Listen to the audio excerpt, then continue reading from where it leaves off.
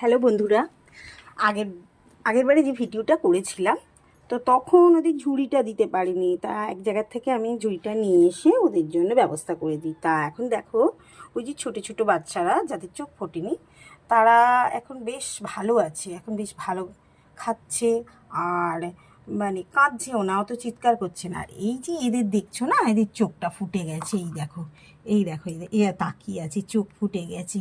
কিন্তু এই যে এরা এখনও অন্ধ আছে, এদের এখনও চোখ ফোটেনি, এই যে চোখ এখনও এরা ফোটেনি, এরমভাবেই আছে এরা, এরা খাচ্ছে এই পর্যন্ত। তো এখন এরা মোটামুটি ভালো আছে। আর ওর মা সবাইকে যত্ন নিচ্ছে। ওর মায়ের একটু কষ্ট হচ্ছে খুব, কিন্তু ওর মা খুব যত্ন নিচ্ছে ওদেরকে। এই ঝুড়িটার মধ্যে ওরা থাকতে চাইছিল না প্রথমে ওর ওর মা কিছুতেই এখানে রাখতে চাইছিল না, সবাইকে নিয়ে এদিক ওদিক চলে যাচ্ছিল, কখনো রান্নাঘরে চলে যাচ্ছিল, কখনো অন্য জায়গায় বেরিয়ে যাচ্ছিল। কি করবে ওর মা দিশা পাচ্ছিল না। তারপর আমি যখন ঝুড়িটা আনলাম তখন এই ঝুড়িটা মধ্যে একটু বদমাইশি করছিল, তারপরে একটু ভালো করে বলে টোলে একটু বকা টকাও দিয়েছি।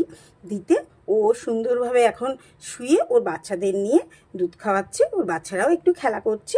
যারা বড় হয়ে গেছে, যাদের চোখ ফুটে গেছে তারা একটু খেলা করছে, আর যাদের চোখ অত ফোটেনি ছোট্ট দুটো, তারা একজন খাচ্ছে আর একজন এরকমভাবে করছে। কিন্তু ওরা আর কাঁদে না, ওরা খুব ভালো আছে আপাতত।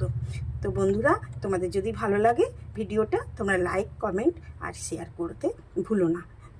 তোমরা করলে আমার খুব এনার্জি বাড়বে এবং আমি আরও ভিডিও দিতে পারবো আর কি। ধন্যবাদ।